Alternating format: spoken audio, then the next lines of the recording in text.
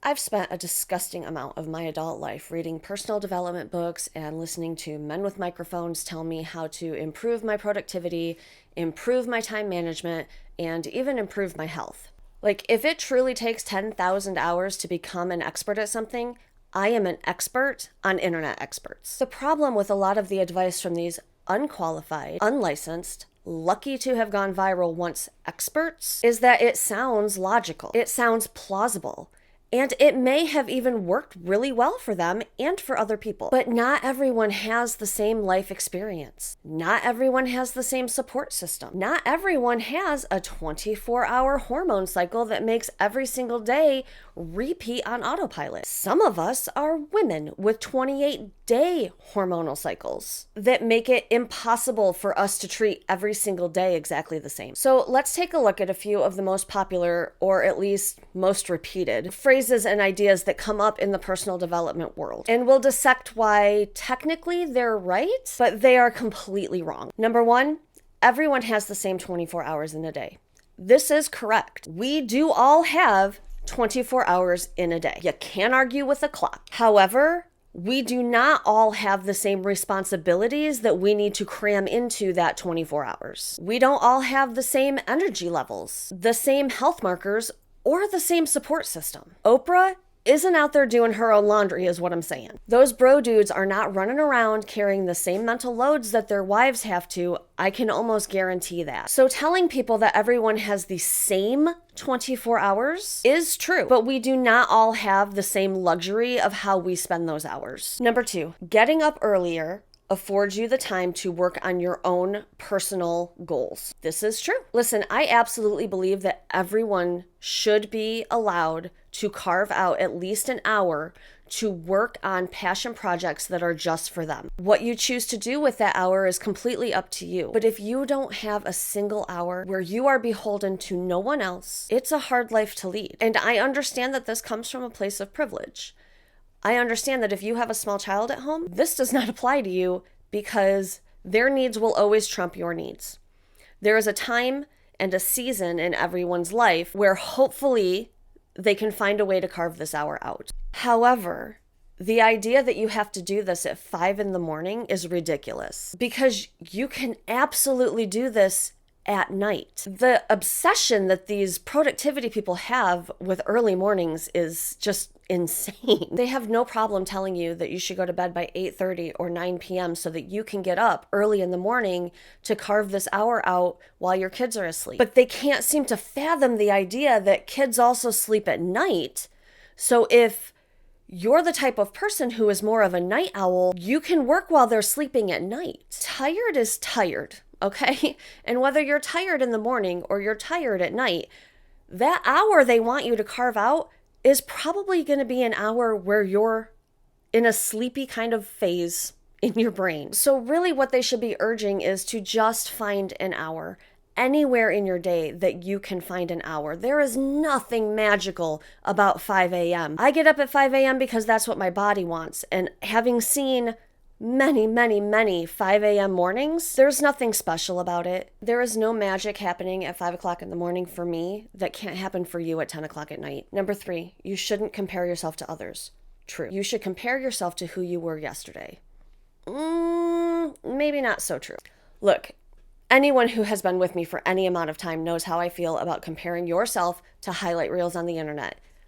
Do not do that. You cannot compare your start to someone else's middle. So when I look at bodies like Chloe Ting, or I look at success from people like Mel Robbins, I know that I haven't put in the amount of work that they have yet. So there's no point in comparing myself to them. But I also know that I am getting older. I am slowing down, and so is my metabolism. So comparing my progress now to progress that I was able to make in my 20s is also very dangerous and very damaging. Yes, we should all aim to grow and improve as much as we can. But time is what it is, and time does what it does. So maybe we should just stop comparing ourselves completely and just focus on getting a little bit better with whatever capacity we have to get a little bit better. Number four, meditation is the best medicine. Probably true. But if you have ADHD and try meditation, most likely what happens is there's no calm, there's no quiet, there's no peace. There is a blockbuster movie raging in your head of everything that is worrying you right now in this moment. The idea of someone with ADHD clearing their head is beyond laughable. There is no clearing. There is no emptying. Unless you're trying to access where you set something down, and then it's just a blank slate. For people with ADHD, visualization is a much stronger tool to keep in our arsenal than trying meditation, because daydreaming gives us something to focus on. It gives our minds a direction. When we are trying to clear things out, anything that wants to come into the forefront comes into the forefront. So we have to find a focus.